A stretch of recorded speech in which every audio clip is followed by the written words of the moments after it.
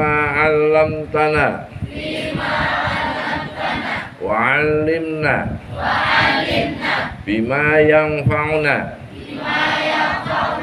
Allahumma tu Allah infa'na mugi lali pakai bahasa Jawa.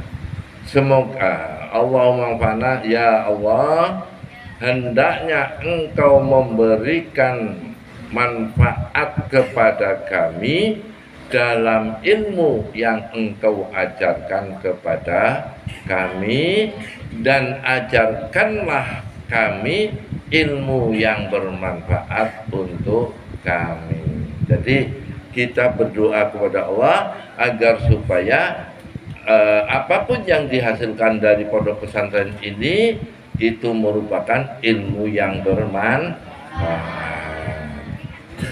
Supaya hafal, baca lagi ya. Allahumma anfa'na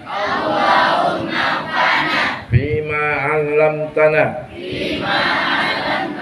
wa 'allimna bima yanfa'una Allahumma anfa'na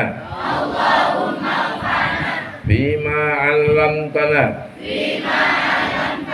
wa 'allimna bima yanfa'una Allahumma anfa'na bima 'allamtana wa 'allimna bima yanfa'una. Nah, kemudian kita juga ingin mengetahui kenapa di antara kita para santri ini ada yang cepat hafalan, ada yang lambat hafalan. Kenyataannya begitu ya. Wah, itu si Ahmad itu cepat sekali hafal. Itu si Ibrahim itu cungtel. Fatimah tuh hafalannya cepat. Siapa lagi tuh? Si Rodia cungtel. Kenyataannya semacam itu. Ya, artinya ada yang gampang hafal, ada yang sulit hafal. Nah, di sini ada sebuah syair dari Imam Syafi'i. Mungkin kalian juga sudah pernah belajar, tapi misalnya sudah, ya ini untuk refresh, penyegaran ya.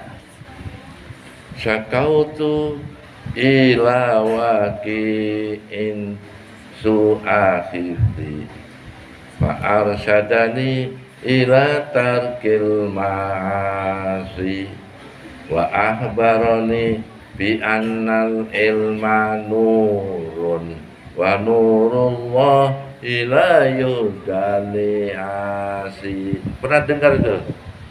Baru pernah ya. Nah, syakautu, saya mengadu, ila waqi'in, kepada guru saya yang bernama Syekh Waqi'. Apa yang diadukan? Su'akhidhi, buruk hafalan saya. Buruk hafalan itu kalau bahasa Bumiayu barlen. Barlen itu artinya bubar, kelalen. Bubar itu selesai, kelalen itu lupa. Jadi ketika belajar di sini dikatakan hafal, hafal, ya memang hafal. Tapi begitu selesai lupa lagi. Ya. Nah, ini Imam Syafi'i pernah ngadu sama gurunya, namanya Imam Waqi'. Saya ini memiliki hafalan yang buruk. Fa'arsadani, maka kemudian guru saya mengajarkan kepada kami ila tarkil ma'asi, agar supaya meninggalkan kemaksiatan. Apa itu kemaksiatan? Ya, siapa ini? Si Handiko, ada Handiko? Gak ada. Si Amiruddin? Gak ada.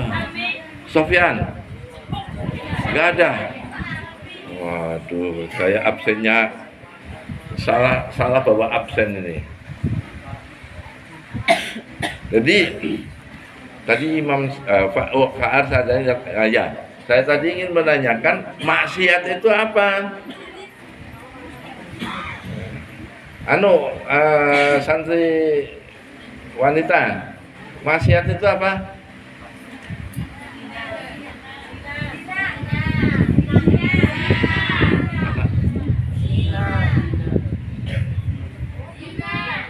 Hina. Oh iya, maksiat itu lawan kata dari taat. Ngerti taat nggak? Ya bahasa Indonesia ya taat. Nah kalau orang maksiat berarti orang yang tidak taat. Nah maksiat itu bisa jadi maksiat terhadap agama, maksiat terhadap aturan pondok pesantren, maksiat terhadap hukum negara. Kalau maksiat terhadap agama misalnya apa? Disuruh sholat nggak mau sholat, itu berarti maksiat.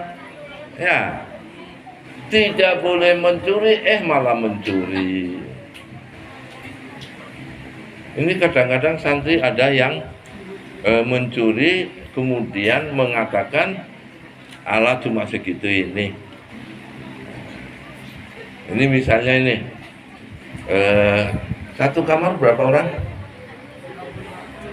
6 orang. Nah itu sama-sama mendapatkan nasi pakai lauknya apa? Tempe. Ya. Nah ini yang terakhir makan tinggal nasinya aja, tempenya mana? Dimakan sama si Hafid itu. Nakal Hafid ini. Nah, kan nggak boleh ya. Tapi kemudian kata Hafid, Allah cuma tempe sepotong. Nggak boleh dosa meremehkan walaupun dosa kecil, tempe sepotong aja kok gitu ya, nggak boleh. Nah, itu tetap namanya maksiat. Jadi kalau santri maksiat itu tidak akan bisa memiliki hafalan yang kuat. Maksiat kepada pondok pesantren misalnya nih, kan ini ada tata tertib ya. Jam 10 harus sudah tidur semua misalnya. Di sini diperintahkan tidur jam berapa? 11. Nah ini si Huda sama si Yani itu ngobrol aja di depan kamar, nggak boleh. Ya, kalau masih ngobrol sudah lebih dari jam 11 berarti bermaksiat kepada pesantren. Apalagi keluar lingkungan, nggak boleh. Maksiat kepada negara antara lain. Si siapa itu? Royana. Liana. Masa belum punya SIM sudah naik motor? Nggak boleh. Itu maksiat. Walaupun bukan maksiat kepada agama, tapi maksiat kepada negara, karena negara mengatur orang berkendaraan harus punya SIM. Ya.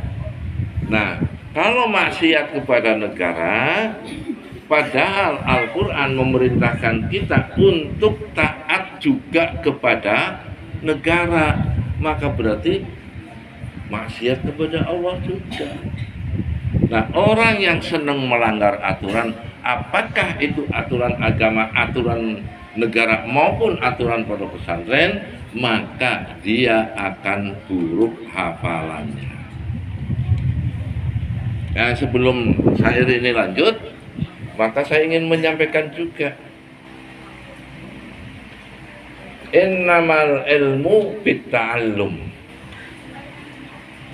Sesungguhnya orang itu bisa mendapatkan ilmu kalau mau belajar. Nah kalau nggak belajar, ya nggak dapat ilmu. Tapi katanya ada ilmu laduni, Pak. Pernah dengar ilmu laduni? Apa ilmu laduni itu? Orang nggak belajar tapi tetap bisa berilmu, itu ilmu laduni ya. Nah, tapi prinsipnya ilmu baru bisa kita dapat bita'allumi dengan belajar. Nah, ilmu itu bisa berkah, wa innamal barakah fil khidmah. Kita di pesantren cari ilmu, ilmunya berkah. Bagaimana caranya? Dengan mau mengabdi kepada pesantren.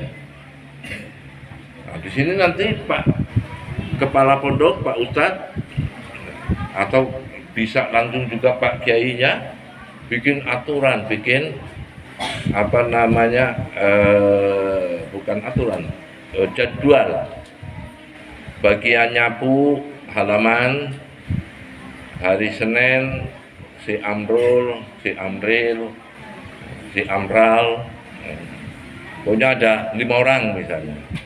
Bagian dapur 5 orang, bagian kebersihan tadi ya, pengadaan air itu diatur oleh Ustadz Kiai, dan itu kalau dijalankan berarti kalian sedang mengabdi, berarti kalian sedang berkhidmah, dan khidmah itulah yang menjadikan ilmu kalian bisa barokah. Bisa dipahami ya? Itu si Linda. Linda pengen nggak ilmunya berbarokah?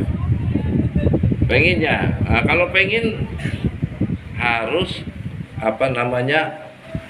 mengikuti piket-piket yang ada di pondok pesantren. Jangan kemudian ini si Linda ini kan bapaknya punya kebun sawit luas, ya, duitnya banyak. Nah, pas giliran nyapu sama si Fatimah, Tim, kamu tak kasih duit 10.000, tapi kamu nyapu, menggantikan jadwal saya. Allah, kebudayaan. Tidak boleh, karena itu akan mengurangi keberkahan ilmu. Bisa dipahami ya? Nah, kemudian tadi waktu doa gimana? Allahumma anfa'na bima 'allamtana wa 'allimna bima yanfa'una. Pengen ilmunya bermanfaat. Nah, itu ada dasarnya lagi, wa innamal manafi' bil bitta'ah. Jadi ilmunya itu didapat dengan belajar, keberkahannya didapat dengan kita mengabdi kepada kepentingan pondok, kemudian manfaat ilmu itu bisa didapat kalau kita selalu taat. Tadi udah tahu ya, taat itu lawan katanya apa, Pak? Iya. Baik, nah sekarang melanjutkan dawuhnya Imam Syafi'i rahimahullah. Tadi sampai sakautu ila waqi'i su'akhirsi wa arsadani ila talqil ma'asi wa akhbarani bi annal ilma nurun. Guru saya itu memberitahukan kepada saya bahwa ilmu itu adalah cahaya. Ilmu itu apa? Cahaya. Wa nurullahi, dan cahaya Allah tidak diberikan li'asi bagi orang yang bermaksiat. Nah, sekarang tentang nur, cahaya. Cahaya itu apa? Nur ya. Nur apa? Cahaya. Cahaya apa? Nur. Nur apa? Ya bolak-balik itu aja. Listrik menyala tuh, bercahaya nggak? Berarti listrik ada nurnya ya. Korek, trek, nyala, ada cahaya. Itu adalah cahaya fisikal. Apa? Cahaya fisikal itu artinya cahaya yang bisa diraba oleh fisik. Selain cahaya fisikal, ada cahaya metafisikal. Cahaya metafisikal itu contohnya ini. Pak Kiai itu wajahnya bercahaya. Pernah dengar kalimat itu? Ulama itu wajahnya bercahaya. Apa kemudian ulama itu ketika lewat yang tadinya gelap menjadi terang? Nah, berarti ini cahaya yang dimaksud adalah cahaya metafisikal. Artinya cahaya yang merupakan bahasa simbol, bukan bahasa yang sebenarnya. Jadi kalau ada orang mengatakan, kalau kamu ingin wajahnya bercahaya, berwuduklah. Oh, kamu wudhu berulang-ulang. Kok nggak keluar cahayanya? Ya iyalah. Karena yang dimaksud di situ bukan cahaya fisikal, tapi cahaya metafisikal. Nah, yang dimaksud cahaya metafisikal itu adalah wajah yang menyenangkan, murah senyum, ya, tidak judes, tidak pemarahan, penuh kasih sayang. Nah, itu orang yang bercahaya. Walaupun kadang-kadang dengan izin Allah Subhanahu wa Ta'ala, cahaya yang tadinya metafisikal itu berubah menjadi fisikal. Contohnya, ada hadis yang diriwayatkan oleh Aisyah radhiyallahu anha. Pada suatu hari, Aisyah itu lagi dom-dom kalau bahasa Melayu, lagi dom-domi. Bahasa Indonesianya apa dom-domi? Oh, tahu juga ya dom-domi. Jarumnya itu jatuh, dicari susah kan? Kecil jarumnya. Tiba-tiba Nabi datang, kemudian jarumnya nampak karena cahaya dari Rasulullah SAW. Ini berarti bahwa Nur Muhammad itu tidak hanya metafisikal, tapi berubah menjadi fisikal. Jadi bukan hanya bahasa kiasan, tetapi menjadi bahasa fakta. Contoh lain, itu kan kalau hadis jelas itu pasti benar. Yang meriwayatkan Aisyah radhiyallahu anha, ya, ketika menceritakan tentang jarumnya yang hilang, ketemu ketika Nabi masuk kamar. Nah, ini ada cerita lain tapi bukan hadis. Jadi ada seorang kaya, namanya Sarimin. Sarimin ini orang kaya dan